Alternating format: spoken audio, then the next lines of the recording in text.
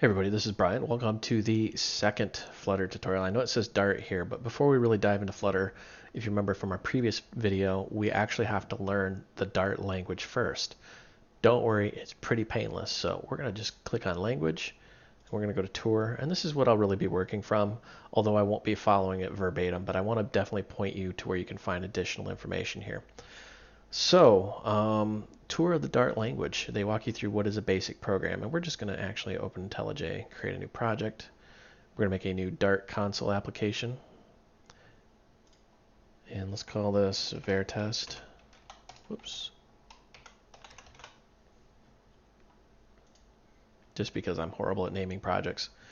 And this will take just a second to load. I actually don't know why this is so slow. I have just an ungodly amount of RAM and 2 solid state drives. This is actually my PC I use for video gaming, so I'm not sure why this takes a while. But while that's sitting there churning in the background, what we're going to really cover in this tutorial is what is a variable, what is a constant, what is a final. There's a distinction there, and it's a little tricky. And then some of the built-in types. You can actually click on that built-in types, and you'll see there's numbers, strings, booleans, lists, maps, runes, and symbols. Not going to really cover these last two, but you can definitely look them up in the official Dart documentation. All right, so now that we have got our brand new shiny program, let's just run this and make sure everything builds correctly. If you followed along and you've got the same setup as I do, you'll see Hello World 42. That's actually kind of funny. It's funny because of a book by Douglas Adams called Hitchhiker's Guide to the Galaxy, where the ultimate answer to everything was 42. So we're going to remove that import statement and remove the print statement. Just save and run it again, and you should have absolutely nothing there. That'll be a good starting point for us. Now, structure of a Dart program. You can see how the main.dart file is in the bin, and this is our main statement or our main function. This is the entry point to the application. So we're just going to say print hello world. What we're doing here is we're calling a function. You've probably seen this in other videos, and if we just save and run, you'll see, sure enough, it says hello world. But what's really going on here under the hood? We have a function, which we're going to cover in a future tutorial, that works with something called a variable, which is right here. Hello world is actually a string variable. So what is a variable? A variable is simply something that will change over time.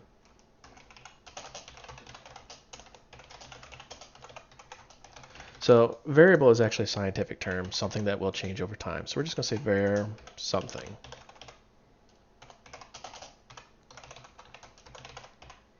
Whoops, if I could spell, hello world.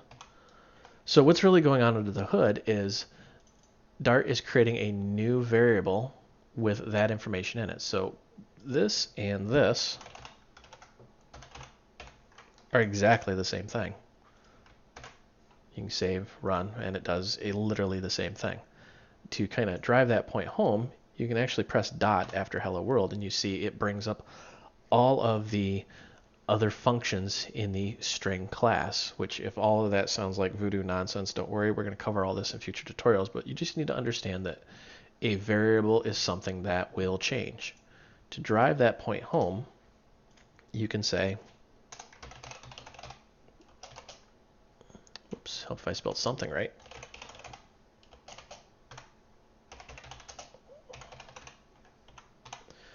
Cats rule.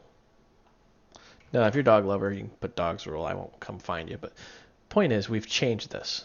We've made changes to it. Now, on the flip side of that, a constant is a scientific term that means it is constant. It will never change.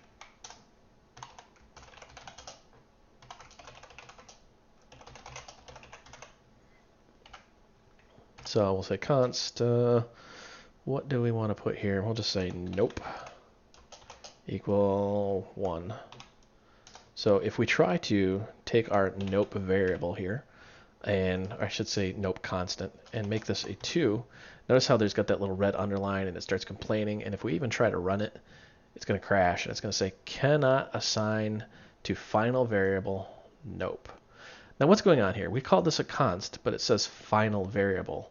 So there's a little bit of information you need to know And I found this really great article. I'm just going to put this right in the code. But the difference between final and const is it's tricky to understand, and you won't really get it until you really get into the language. But I wanted, right up front to tell you there is a difference. If you're writing your code and you're following along, say, in another book, and you say final noper 1, noper equal 2, essentially you're doing the same thing, quote unquote. You have something that you cannot change, and it's going to complain every time, and if you try to run it, let's comment that out, you'll see that, yes, it still crashes. Cannot assign to final variable noper. Okay. Let's comment that out. By the way, if you don't know what a comment is just something that the computer completely ignores. It's there for your enjoyment, if you will. A lot of times programmers will comment code as they go so you can understand it, not just from a machine perspective, but from a very readable human perspective. So anyways, back to this. Variable is something that will change. Constant and final cannot be changed. So what's the difference between constant and final? This article sums it up the best. Ignore static for now, but final means a single assignment. A final variable or field must have an initializer. What does that mean? Basically, it means that you have to give it a value. So for example, if we just comment that out, you can see how, it must be initialized. You must actually give it an initial value. Let's try the same thing with nope here. Notice how nope is also complaining must be initialized. So you understand what an initializer is, and because it's a constant or a final, it has to have a value starting up. Once assigned a value, a final variable's value cannot be changed. Final modifies variables. Basically, it takes the variable and sets it in stone and says this will never change. For example, a constant would be the sun. Unless it explodes, it is a constant. It will never change. Or I should say it's a final. It'll never change. A constant, however, has meaning that's a bit more complex and subtle in Dart. Const modifies values. Notice the distinction here, values. Final modifies the variable where const modifies the value. When you look at these two real quick here, this is the variable, this is the value. So let's go back here. A final modifies the variable. So final modifies this, the variable, where const modifies the value. So you can pass that constant around to other constants. It will always remain a constant, but you can pass it around with a different variable name, whereas a final is final. That is the only time that can ever exist in that. So if we try to do a const noper, see how we're getting an argument. Noper is already defined. You're going to get that anyways, but that's really the distinction, and it gets really deep, and like I said, you're not going to truly understand it until you get really good with Dart, and you end up in those cases where you need to understand the difference between the two. But I'm going to take this article and throw it in here just so we kind of have that as a reference. Whoa, what is this? Cancel. All right, so which one should you use? I use const just because it suits my needs.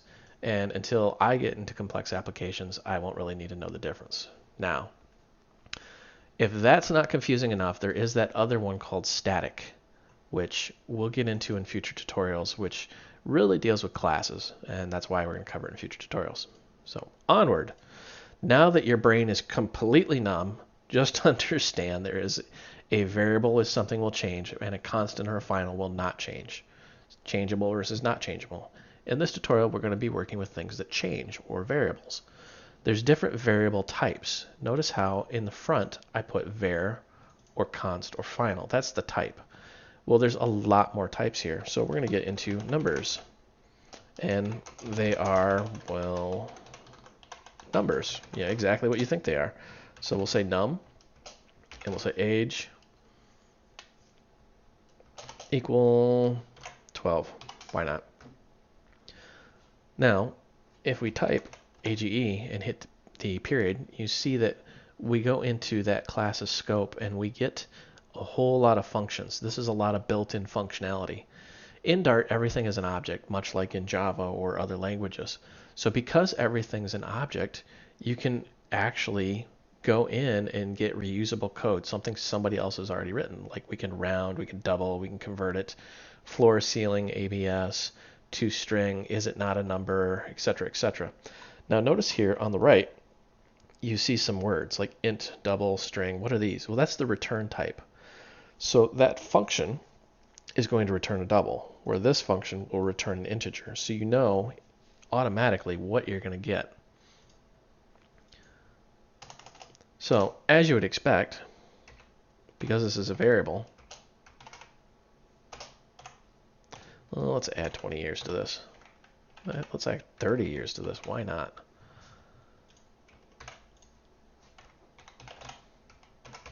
We're going to just print the age out here. So you can see how now it is 42. And I'm kind of doing this on the fly here.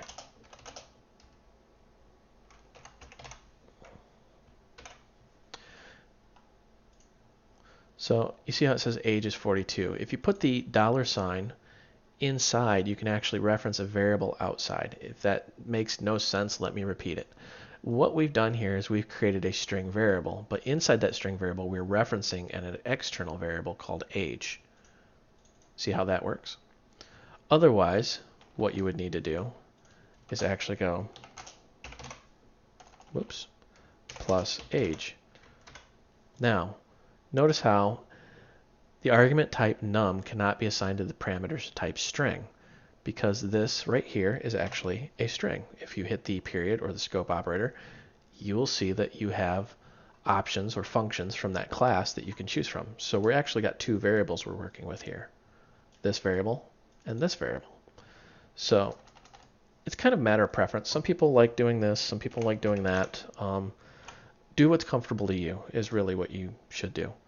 And just in case you were curious, if you're going to do it like this, you just say age.toString, and it converts it to a string for you automatically. So you can actually, let's do like this. And we'll run it just so you can see age is 42. I'm going to put it back the other way, just for the purpose of this tutorial though.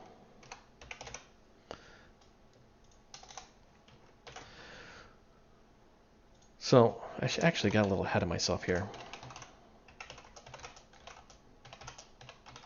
So a boolean, we're going to actually jump backwards in time here, and we're going to say bool is working equal false. A boolean is like a light switch. It's either on or off, true or false. And we're going to say is working equal true. Booleans are very helpful for certain things, like for example, let's go back to our age example here. If we want to say is infinite, is age infinite, it's going to return a boolean value, and it's going to tell us whether or not that number is infinite or negative or finite. All right, let me check. Oops, somebody messaged me. That's the problem with doing videos real time. I don't edit my videos, so you'll see and hear a lot of craziness going on here. One thing we should really be aware of is that there is more than one type of number. For example, an int would be, let's say, cats, the number of cats I have. I actually don't have any cats right now, so I'm lying a little bit. And then there's a double. And let's say pi equal 3.14. So what's the difference between an int and a cat? These are big, big, big, big numbers. You can actually go out to the Dart documentation, and you'll see integer values generally be between -2 to the 53rd power to 2 to the 53rd power. That is a huge number. Where a double is a 64-bit double precision floating point numbers as specified by the IEEE 754 standard. Whew, that's a mouthful. Basically, what you need to understand is almost all numbers that you create are going to be converted either into an integer or a double, depending on what they are, but both integer and double actually inherit from the number class. What does that mean exactly? Well, what it means is that if you say age dot, you'll see all these things like round to double to int to floor, blah, blah, blah, blah, blah. What inheritance does is if we say cat dot, you'll see that it's inheriting all of those, plus it adds a few little extra. So an inheritance is, think of, back to scientific terminology, you inherit your genes from your mother and your father. Everybody does, unless you were born in a laboratory. But anyways, we won't get into that. So you have parts of both your mother and your father. So, for example, an integer has parts of num. A double has parts of num. Pretty simple. We'll cover that more when we get into our classes tutorial, but just understand that there's essentially two different types of numbers. There's integers and doubles, and you can use the generic num if you don't know what type of number it actually is. See, it won't break anything if we do that, but if we try doing that with an integer, it gets a little angry at you. It says it has to be a double. All right, now we get into the really fun stuff, strings.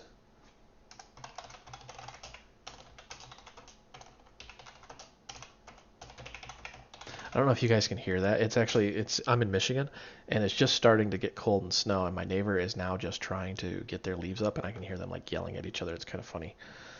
So we'll say string title equal hello world.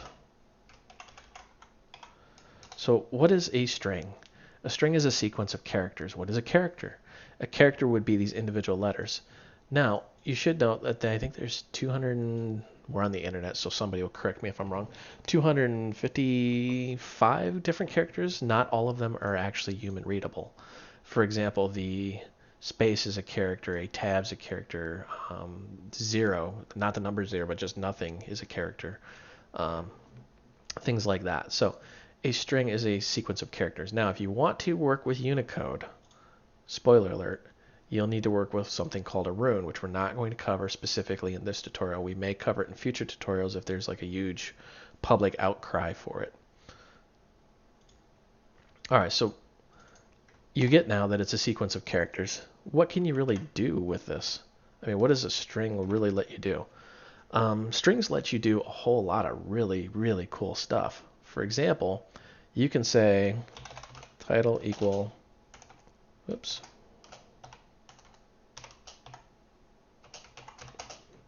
my kittens. Just why not? I had no idea where I was going with that. And we're just going to say print title. So you can actually build strings. There is a class out there you should use called a string builder if you're going to actually start building strings. It's much more efficient than working with a string directly. But for this tutorial, we're going to just cover strings. All right, so back to this. What do we want to do? Let's say we want to play around with this thing. And let's actually...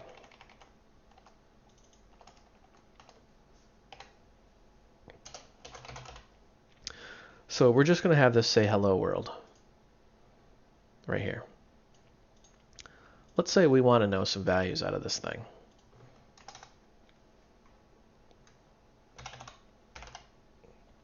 Let's say we want we want to extract part of that string, substring. So we want the start index. Let's say we're going to start at 0, and we want the first 4 out of this thing.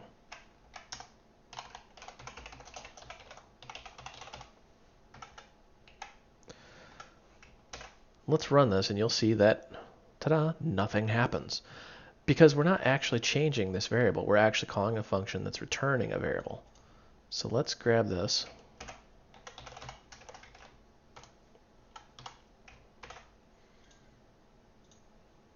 And you'll see the first 4 is, whoa, that's kind of dark. I didn't mean to do that.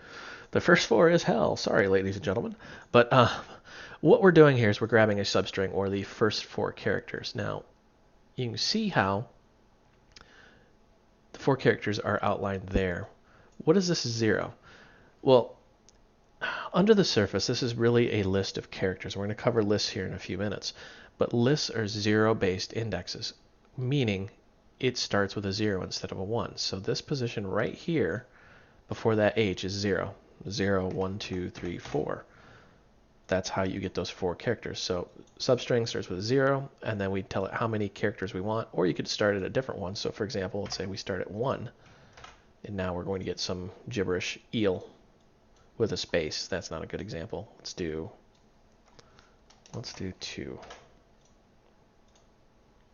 That's really not a good example either. Let's grab 5 characters. Why not? Hello. So you can see. Oh, you know what? We should cover other things as well. Let's put this back the way it was, just so I can really freak people out when they download this code. And let's say we want to. I'm really doing this video on the fly here, so bear with me here. We want to replace all. So we're going to say title equal title.replace all. And we want to get rid of the L's, the uppercase L's, anyways. And replace those with Z's.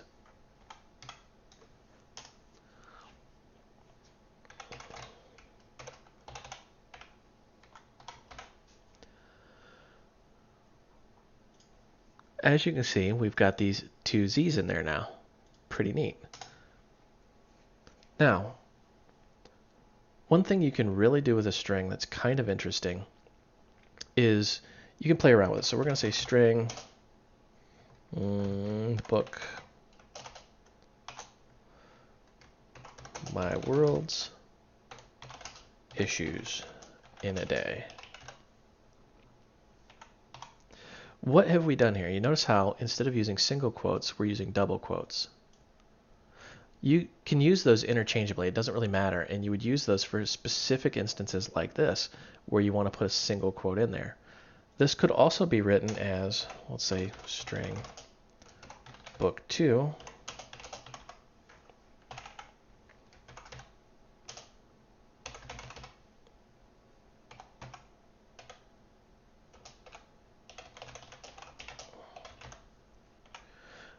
Notice how it's got that slash in front of the single quote. That's called an escape sequence. You would use that for specific things. Like, for example, this is a single quote. So anything after the escape is the sequence we're going to inject into the string. For example, let's say we want to do a /n, which is a new line terminator. So let's print these 2 out.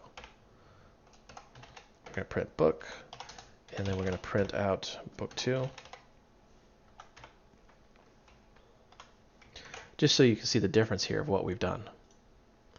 And you can see how my world's issues in a day and then my world's issues hard return are actually new line in a day.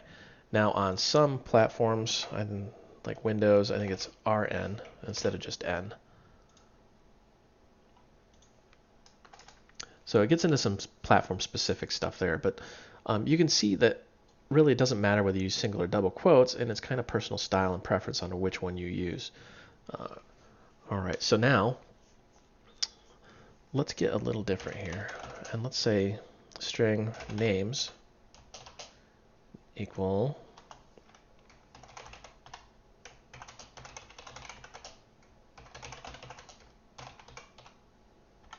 just going to make some names there. And we're going to assert something. Now assert is a special function in Dart that will say this must return true. Whatever we put in here has to return true. So we'll say names dot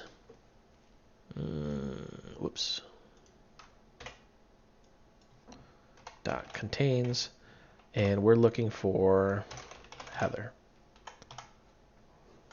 Probably help if I put that at the end there. Notice how each line has to end with a semicolon. That tells us that we are at the end of the line. Very funny, huh? So when we run this, nothing happens, but we've done this assertion. So let's say just random junk in here. We try to run this now. Notice how it'll error out.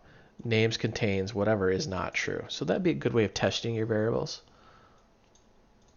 Let me put this here.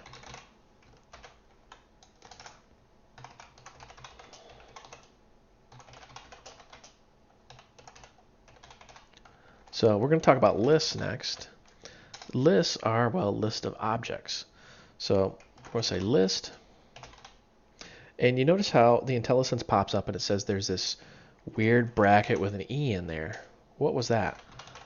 Well, this is called generic programming, and what it allows us to do is reuse code. And we're going to get into this in future tutorials. Just right now, understand that we have to give it a value type, or I should say a variable type, sorry. In this case, string. So we're going to say list equal names.split.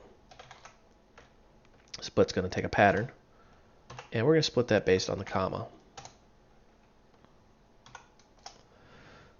So what are we really doing here? If we examine names.split, you can see how it's returning a list with string. So a list is going to be a list of objects. In this case, we want a list of strings. We could easily have said integers or doubles, or even, var if we don't know what type it is. Actually, I don't think it would allow us to do that. But in this case, we're just going to use a string. So think of a list like a, what's a good example here? Think of a list like a shopping cart.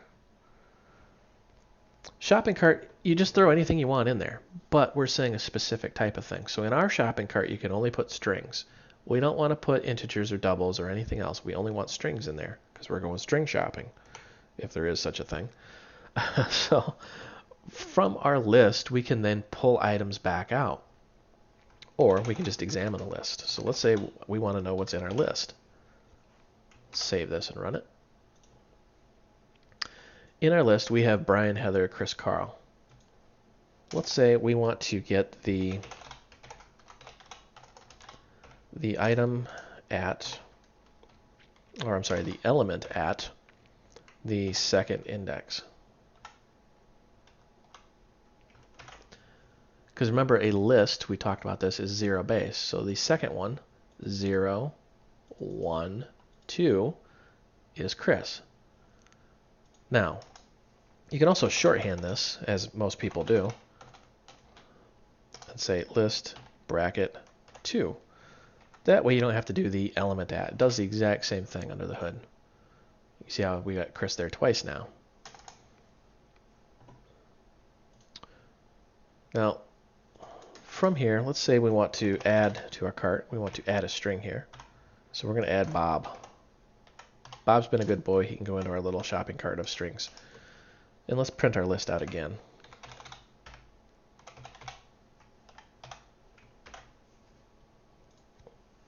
And you can see we now have Bob at the very end. Now, let's say we want to add somebody, but we want to add them in the list, not at the very end. So we're going to actually say insert. Notice how it's wanting an index and a string element. So insert, we're going to insert this at the first position. And we're going to call this, I need a name. I need a good name. Back to our Hitchhiker's Guide to the Galaxy, let's just say we're going to add Ford. I should have added Slarty Bart Fast, but yeah. Let's actually do that. He's a character in the book. I love that book. It's funny. So then we're going to print our list out. And you'll see how in the first position, because it's a zero-based, 0, 1, we have now added or inserted Slarty Bart Fast.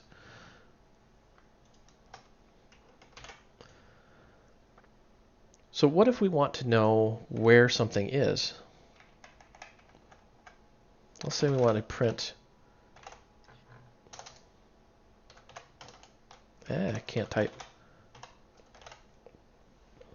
Let's say we want to know the index of, let's say, Carl.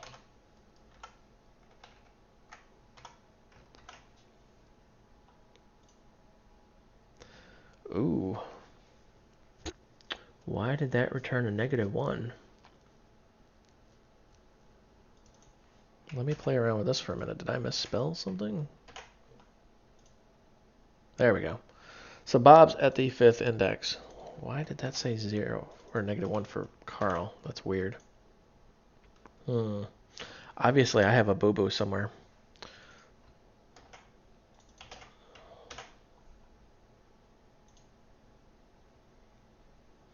That's interesting. I'll have to figure that one out. But basically, index of gives you the position of where they are.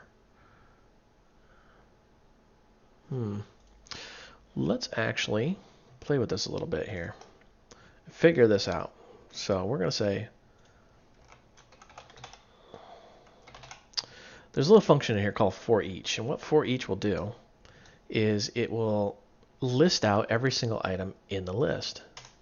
And we're going to say for each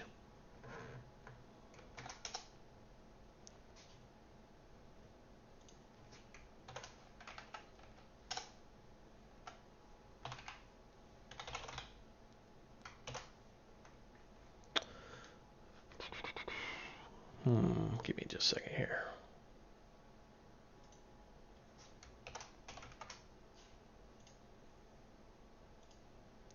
If this looks like voodoo magic, I will explain this in just a minute.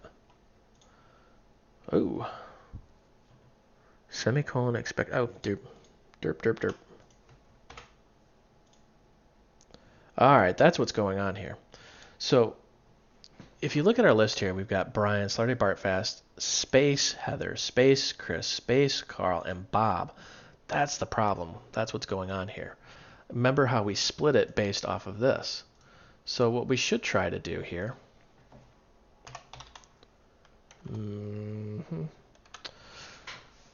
What is the name of that? Was it trim?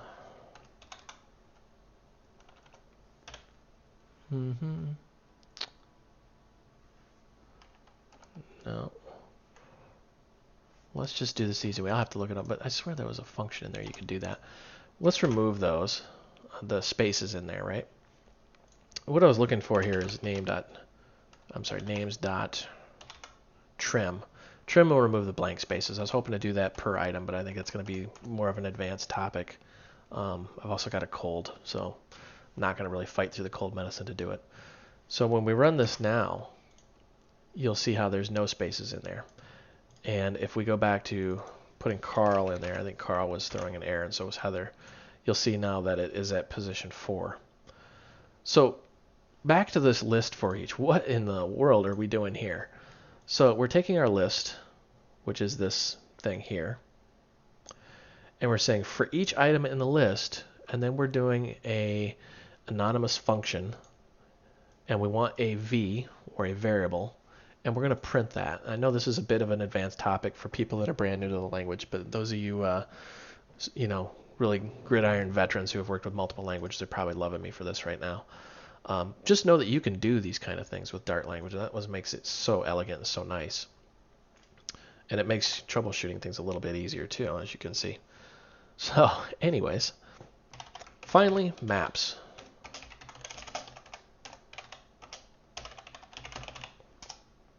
Maps are a little bit different.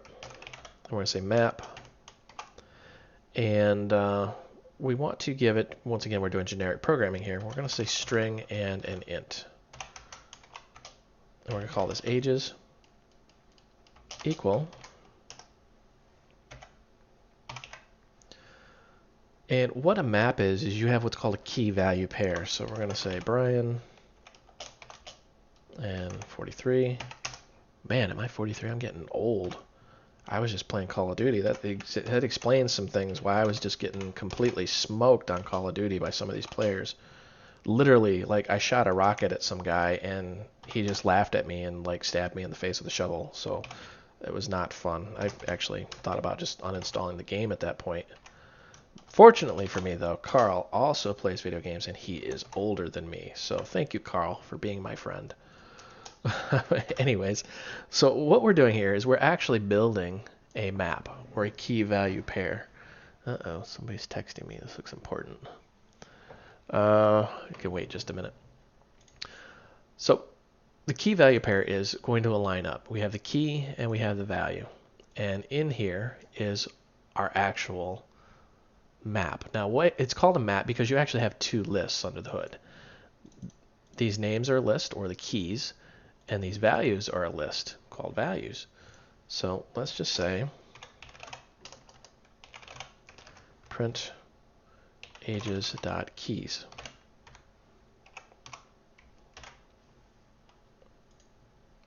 You'll see Brian, Heather, Carl. Brian, Heather, Carl. Those are the keys. Notice how it's a list. Now, let's say print Whoa, did I hit caps lock? Sorry for yelling at you guys. Print ages dot values. So you can see how we have two distinct lists here. So what a map does is map those or correlate them. This one maps to that one. This one maps to that one. That's why it's called a map.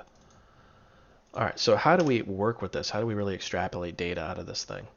Well, let's say we want to get the value of one of these keys. So we're going to say print ages, and then we're going to say Brian. My throat's getting a little sore. I've had this nasty cold, and it's just really driving me nuts. So there's 43. So you can see how Brian maps to 43, and we've got the value of Brian using that key. We could also do something like this, and we could say ages.keys at element 0. So we want to get the first one. Whoops, maybe that isn't really working well. Isn't defined by... Really? I thought I could do that. Element at. Let's do it this way because I said so. And it does the same thing, basically. But now I really want to know why I couldn't do this. You think you could do this? Did I screw something up? It's probably because it's got these double blocks. Which leads me to my next point. It's just a fairly new language, so things will evolve over time. I expect something like that would actually function at some point. Alright, so how do we actually add in here? So we're going to say ages dot, whoops, actually, let's say ages, give me a name, Mark, equal Mark's in his 50s. So we'll say that. And then we can print ages Mark.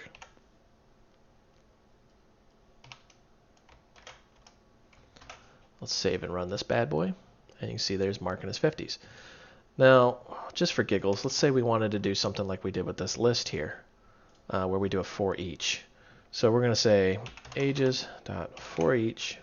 Notice how it has string int, fat arrow into void.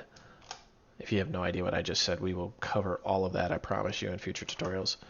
And for this, we're going to say k and v for key and value.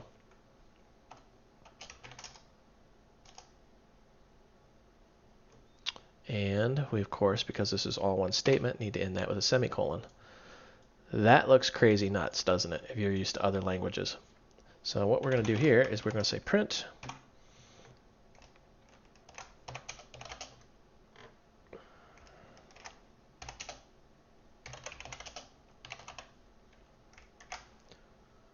and then do this. So you can see that for each item in our map, we're saying key is value years old. So Brian's 43, Heather's 24, on and on and on. Pretty neat, pretty simple. So that in a nutshell is working with variables. And I realize we kind of got off base on a few areas. I apologize. I've got this bad cold medicine going on. But if you ever want to know more, you can definitely go out to the Dart Lang page, dartlang.org, and look at the Dart language tour, and definitely check these out. One other thing you should know is you can click on libraries, tour of Dart libraries, and you can see the built-in libraries, Dart core as it's called, and you can get much, much more information out of all of these things. You can get some really good examples. This is something I really have grown to love about dartlang.org, is it has all this information baked right into the web page, so I don't have to spend 5-10 minutes, looking up on Stack Overflow or Expert Exchange or anything like that. You can get a lot of great info out here, so definitely check this out. That being said, thank you for watching. I hope you found this educational entertaining. And before you go, the source code for this will be out on voidrealms.com, also on GitHub actually. There's a link to it on my website. And be sure to check out the Void Realms Facebook group. There's 1,700 other developers out there. And that's it.